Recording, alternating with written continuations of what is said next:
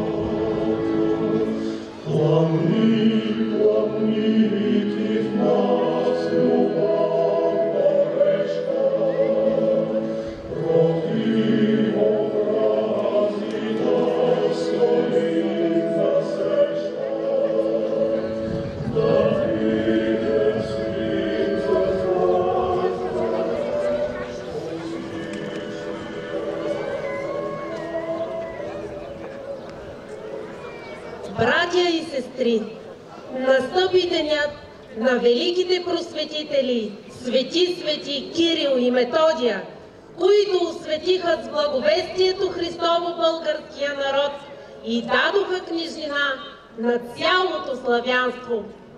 Само оня народ, който като нас е бил сирак цели векове, от славни предания и спомени, разбира истинската благодат на този светъл ден. С възкресението на празника на братята светители може да се рече: възкръсна и български народ. И в този велик за нас ден ние истински се проверяваме в ползу нашего рода. А сега да видим кой ще ни направи честа да изпита нашите ученички. Бай Йордане! Благодаря. Бай Михалаки по-начете. Бай Михалаки, стори ни чест да изпиташ нашите деца. Аз съм склонен и дарен само на франчушки да изпитвам. Киряк, стори ни чест.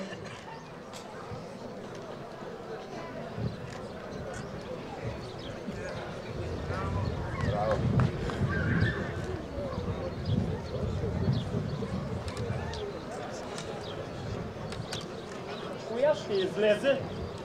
Коя ще излезе? Райно, излез.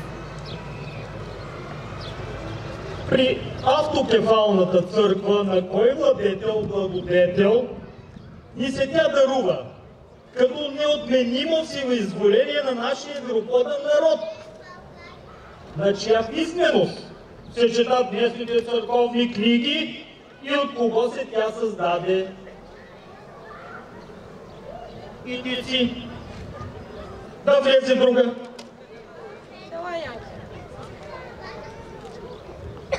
Отговорите на въпроса. Щом не можеш да отговориш на този въпрос, ще ти задам други. Кои фатални причини вкараха в безотлагателна битка българския цар Крум? Кой владетел и поради какви причини изискаше всеобща почит?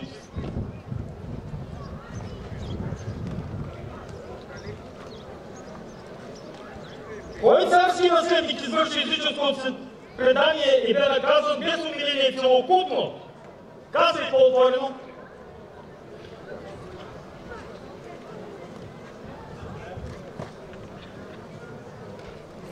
Госпожо Радина, тук е преподавано доста небрежно.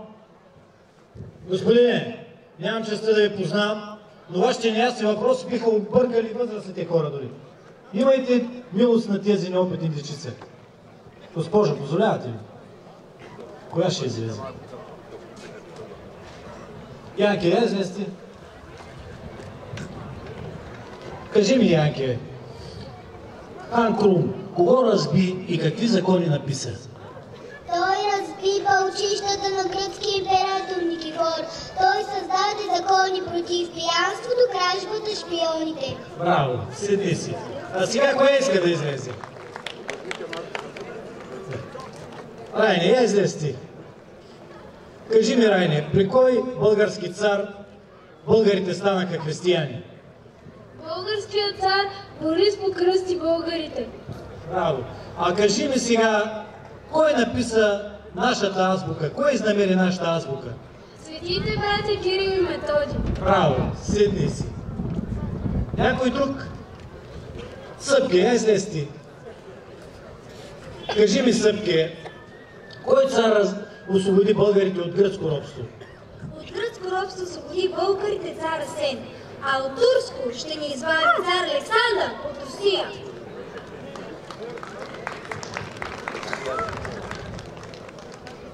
Тук се бръскат революционни идеи срещу държавата и Негово Величество Султана. Аз излазам. Господине, благодаря ви искрено за мен и за моите ученици. Моля ви, аз също съм учител и искам да ви поздравя за успеха на вашите ученици. Просто влязох във вашето положение.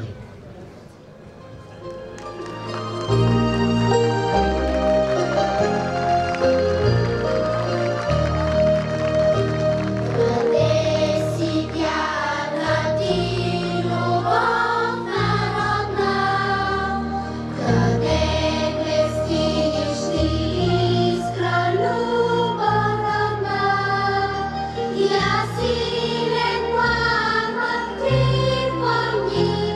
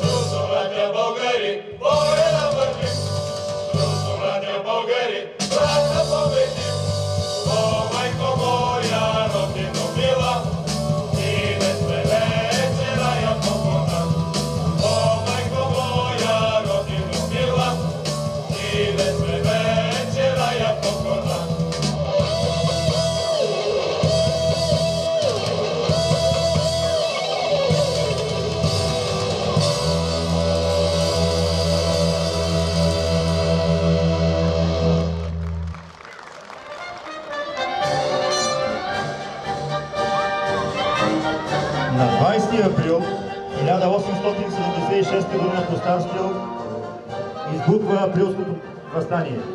Последователно възстават Копривщица, Клисура, Панагюрище. България пламва.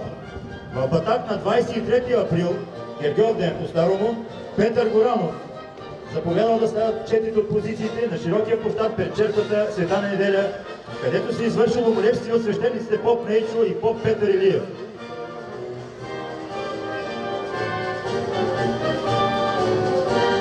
Възторгът бил неописуем. Подобно на Панагюрище, въстанието се обявява в църквата по най-тържествен начин. Всички целували кръста под благоволението на свещениците до успеха на своето предприятие. На позициите били 1000 души въстанници, които разполагали само с 500 пушки, 380 пиштола, 20 чешенета и с артилерия, състояща се от 2 черешови топа.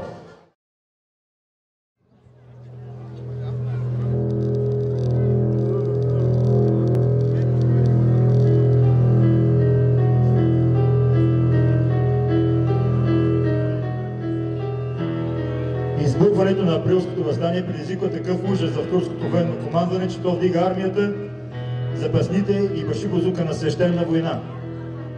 На 30 април, югозападно от село Батак, с голям брой башибозук пристига първенецът на село Баротин – Ахмед Ага.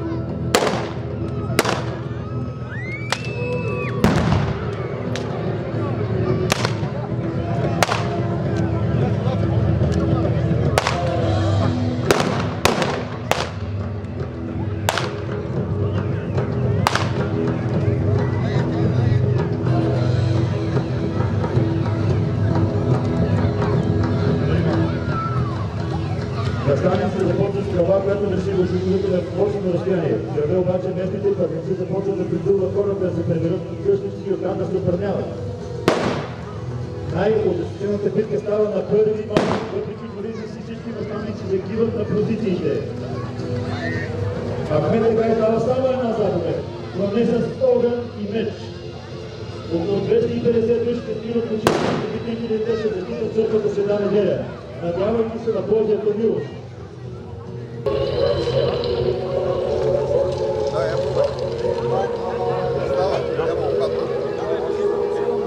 От Батак съм, Чичо! Знаеш ли Батак? Хей, е там зад горите! Много е далече! Микрофона дайте на етери.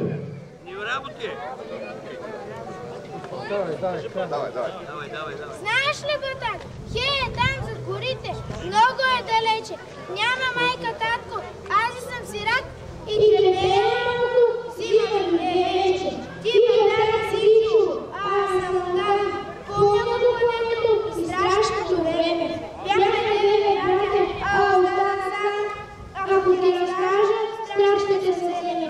Като ги изкаха, Чичо ми бях, стоковки ги чакам, на градиника. А пък аз изплачах, па ме беше страх, само плачах, пеем с благ глас извика. И издъхна плачах. Вика и тук, баба ме се края, деревите се зяха. Аз изплачах, па ме беше страх, и мене се планаха. Както мислете, оставих вас, спрашвате в ръцете и нещо по дома. Ударяха много, усмиха сърца. Обидите шума. Ама ми скочи, откъде не знам. И на тата фана да вика, да плаче. Скъпчаха седи мъжбина. Чудова съм чичо. Аз сега си рачи. По мъжко село, не знам кое бе, мен ми запряха негри под земята. Аз се зубно гледах всичко небе. И всеки ден плачех за мама, за тата.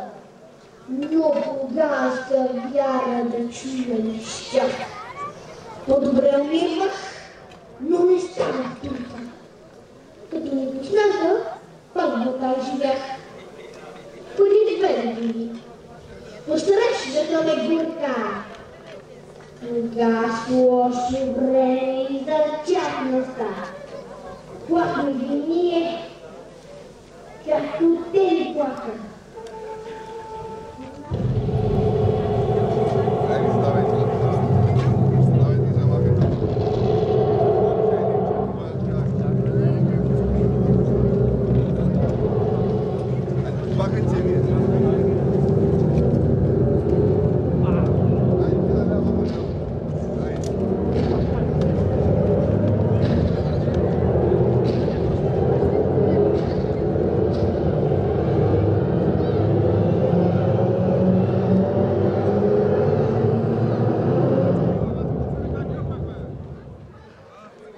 Априлското въстание е потушено с жестоки кланета, издевателства и грабежи. То предизвиква справедливо възмущение в Европа и Америка. В Цариград е свикана международна анкетна комисия. Велики личности като Виктор Юго и Достоевски издигат глас в защита на българите. Априлското въстание през 1876 г. задълбочава източната криза, а неговият успех е в международният му отзвук, постигнат с героизма на многохилядните жертви. Руско-турската освободителна война е предизвикана от подема на национално-освободително движение на Балканите. На 23 април Русия скъсала дипломатическите отношения с Турция. На следващия ден, 24 в Кишинев, Александър II подписал манифест за обявяване на война на Турция. Този път руският император тръгнал със своя народ за избавлението на друг народ – българския. Подготовката и обявяването на войната били посрещнати с голяма радост от България. През нощта на 27 юни руските войски под командването на генерал Драгомиров форсирали река Дунав при Зимнич, срещу бил първият освободен български град. Поредният отряд на генерал Гурко на 7 юни през зима Търново, на 14 преминава през Ханикойския проход Балкана и се насочва към Стара Загора. За отбрана на Шипченския проход е сформиран Шипченския отряд, войскова формация с началник командира на българското опълчение генерал Столетов. Общо 7500 войници и 27 оръдия отбраняват върхът. В същото време турското командване прегрупирало силите си и в негова подкрепа от Северна Албания идва армията на Сулейман Паша. 48 табора, 16 ескадрона и 48 оръдия. Общо 27 000 войници.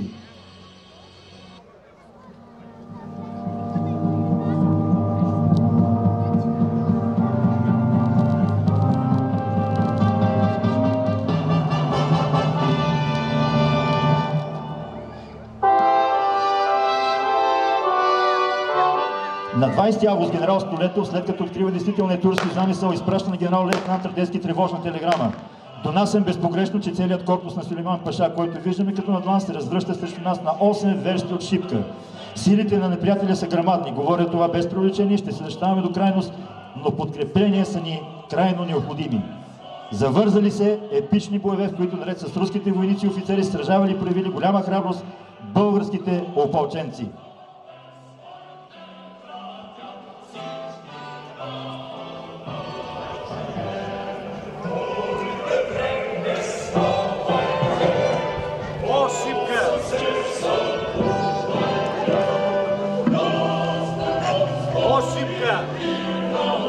Младите дружини как прохода бранят, горските долини трепетно повтарят на боя. Пристъпи ужасни, 12 път гъсти орни лазят по дивата урва, и тела я стенят, и кръв я залива. Бури подир бури, рояк след рояк. Сулейман безумни сочи върха и вика пак: търчете, там са раите! И ордите тръгват зикове сърдити, и Аллах грамовно въздухът разпра. Върхът отговори с нов вик: ура! С нов дъжд куршуми, камъни и дърви, дружините наши оплискани с кърви, пушката и отблъскват без сигнал, без ред, само всякой гледа само да бъде напред. и гърди геройски на смърт да изложи и един враг мъртъв повече да положи. Незабравима за нас българите ще остане саможертва на 15 000 убити и ранени български опълченци, 27 604 убити изчезнали без вест и 56 652 ранени войни от руската императорска войска. 17 600 убити и ранени румънски, сръбски и черногорски войни в руска-турската освободителна война. Българският народ ще почита паметта им така, както я е почитал през изминалите 139 години и всеки 3 март ще обтича с цветя техните над 400 паметника, пръснати по цялата българска земя. Благодарение на тяхната саможертва днес България е свободна.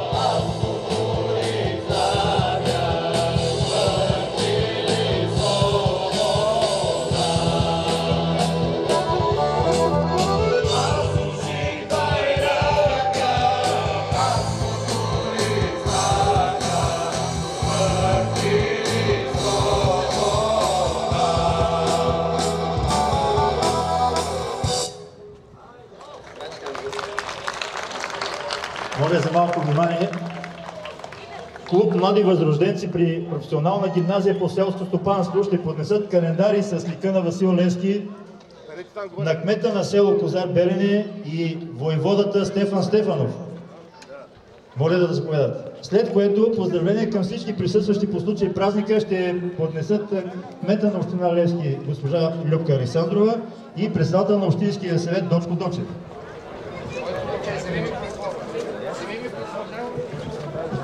Подарък от нас и да ви закачим един трикольор за българския национален празник. Благодаря ви. Благодаря ви.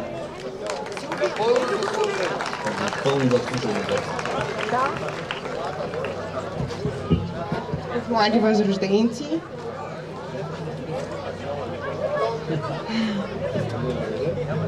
Благодаря и се радвам, че имаме добри почитатели и хора, които ще ни заместват с годините. Благодаря. Сега ясно мазах. Благодаря с от сърце, бъдете все такива с възрожденски дух. Госпожа Любка Александрова има думата.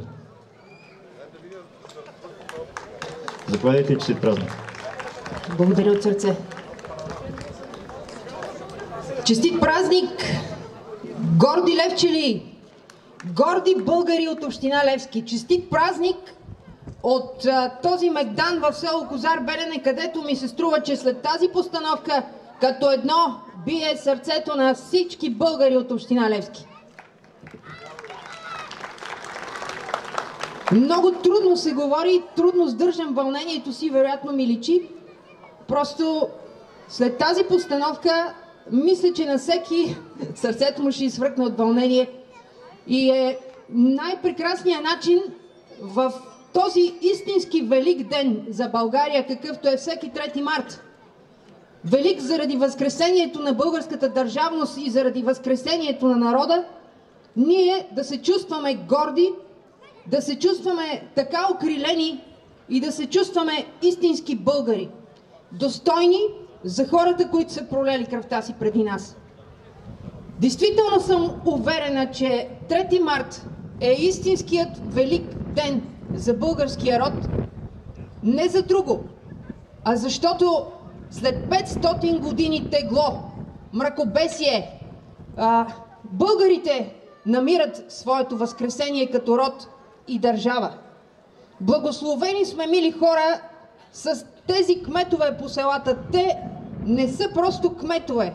Истински български войводи с истински войводски сърца. Благодаря ви от сърце за днешния празник, мили мои колеги. Никога повече турски ятаган е какъвто друг ятаган няма да безнее над бащино огнище и никога повече българска майка юнашка да не праща чадата си в бой и на смърт за свобода. Това го пожелавам от сърце и с ето такива постановки нека поливаме българския корен, за да е жив, жив, жив. От сърце пожелавам на всеки един от вас да има силите никога да не предаде този корен. Честит празник, бъдете горди българи! Браво!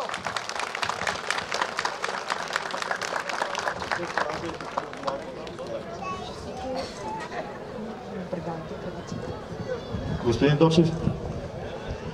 Благодаря ви, извинявайте, че закъснях. За мен също е чест днес да ви поздравя с националния празник на България, точно пред тези наистина войводи. И понеже не искам да бъда много дълъг и обстоятелствен, защото много наистина може да се говори за 3 март, за будителите, за хайдутите. На 3 март 1878 година е дата символ на свободата и държавността в българската история.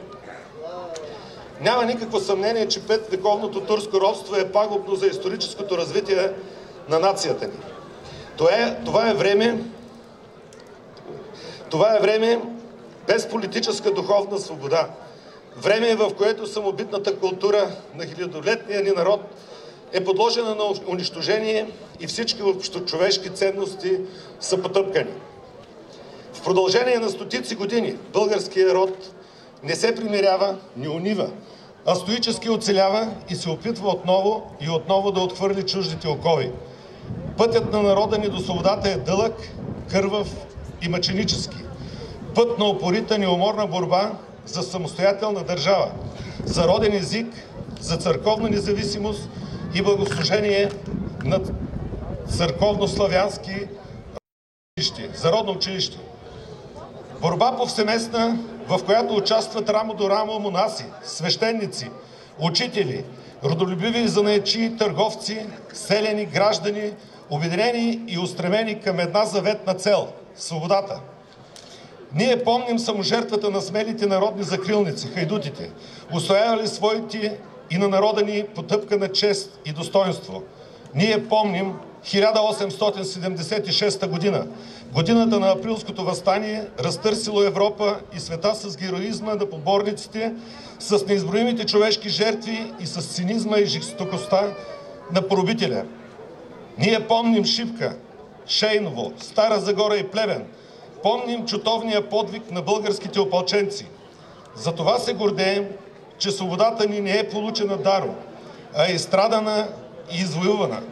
На този ден свеждаме глави и отдаваме почит пред паметта и саможертвата на героите от хайдушкото движение, от априлското въстание, от руско-турската освободителна война, проляли кръвта си и оставили костите си по нашите земи за нашата свобода. Вечна им памет! Нека този ден вдигнем високо и развеем със самочувствие националния си флаг.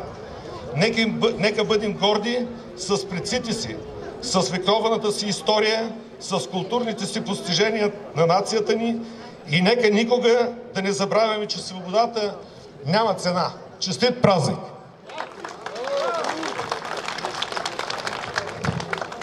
А сега ще следва поднасяне на венци пред паметника на загиналите за боевете за освобождението на България на връх Шипка. Моля всички да отдадем почет към тези наши знайни и незнайни герои, поне да отидем по едно цветенце да поднесеме на този паметник или най-малкото да склоним глава пред техния подвиг. С това днешното тържество приключва.